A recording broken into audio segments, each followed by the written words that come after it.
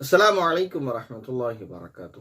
ایک بہن نے کل یہ سوال کیا کہ مفتی صاحب یہ بتائیں کہ نبی پاک صلی اللہ علیہ وسلم کیا ختنے کیے ہوئے پیدا ہوئے تھے اور آپ کی ناف جو ہے پہلے سے جدا تھی، کیا یہ بات صحیح ہے؟ اس طرح کی بات جو ہے ہمیں بتائی جاتی ہے، تو آپ بتائیں درست بات کیا ہے۔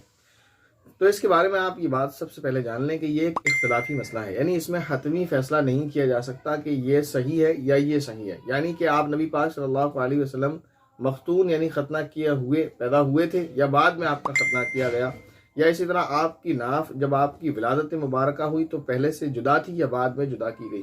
اس سلسلے میں روایت مختلف ہیں، میں آپ کے سامنے پیش کر دوں۔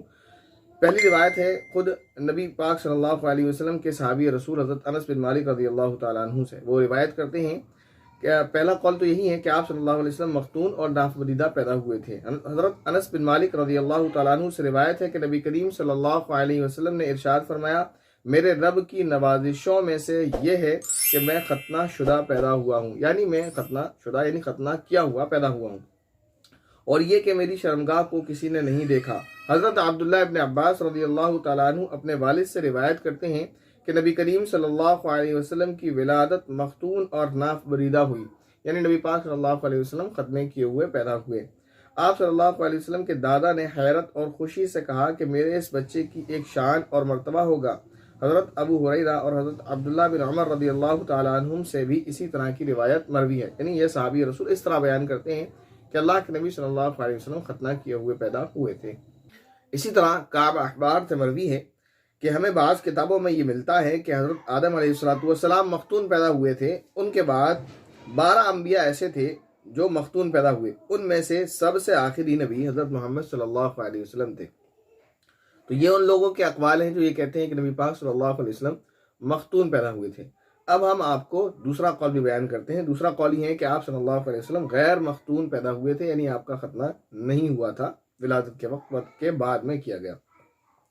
حضرت جبرائیل علیہ السلام نے شق صدر کے موقع پر یا آپ صلی اللہ علیہ وسلم کے دادا نے پیدائش کے 7ویں دن آپ کی ختنہ کی۔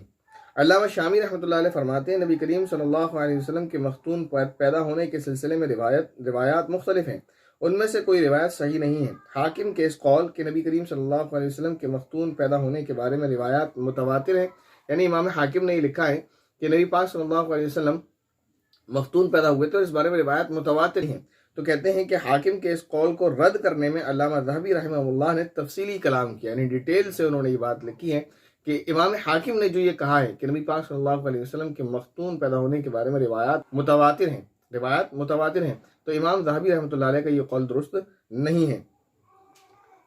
محدثین کے نزدیک اس قسم کی روایات ضعیف ہونا ثابت ہو چکا ہے۔ بعض محققین حفاظ فرماتے ہیں درست بات یہی معلوم ہوتی ہے کہ نبی کریم صلی اللہ علیہ وسلم مختون پیدا نہیں ہوئے تھے۔ تو اس بارے میں خلاصہ یہ ہے کہ آپ کسی سے بحث و مباحثہ نہ کریں۔ اگر کوئی کہتا ہے کہ نبی پاک صلی اللہ علیہ وسلم مختون پیدا ہوئے تھے تو بھی ٹھیک ہے، آپ اس کی بات پر خاموشی اختیار کر لیں، لیکن اس کو دوسرا قول بھی بتا دیں کہ قول یہ بھی ہے، اور بعض محققین حفاظ یہ فرماتے ہیں کہ صحیح بات یہی ہے کہ آپ مختون پیدا نہیں ہوئے تھے۔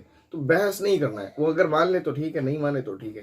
اسی طرح اگر کوئی یہ کہے کہ نبی پاک صلی اللہ علیہ وسلم غیر مختون پیدا ہوئے تھے تو آپ کو اس سے بحث نہیں کرنا ہے کہ نہیں، اس طرف روایات ہیں، جیسا کہ میں نے آپ کو بیان کیا کہ بعض محققین حفاظ یہ فرماتے ہیں کہ درست بات یہی ہے کہ نبی پاک صلی اللہ علیہ وسلم غیر مختون پیدا ہوئے تھے۔ بہرحال تو یہ تھا آپ کے سوال کا جواب۔ امید ہے یہ سوال آپ کا جو جواب آپ کو دیا گیا وہ آپ کو سمجھ آیا ہوگا۔ السلام علیکم ورحمۃ اللہ وبرکاتہ۔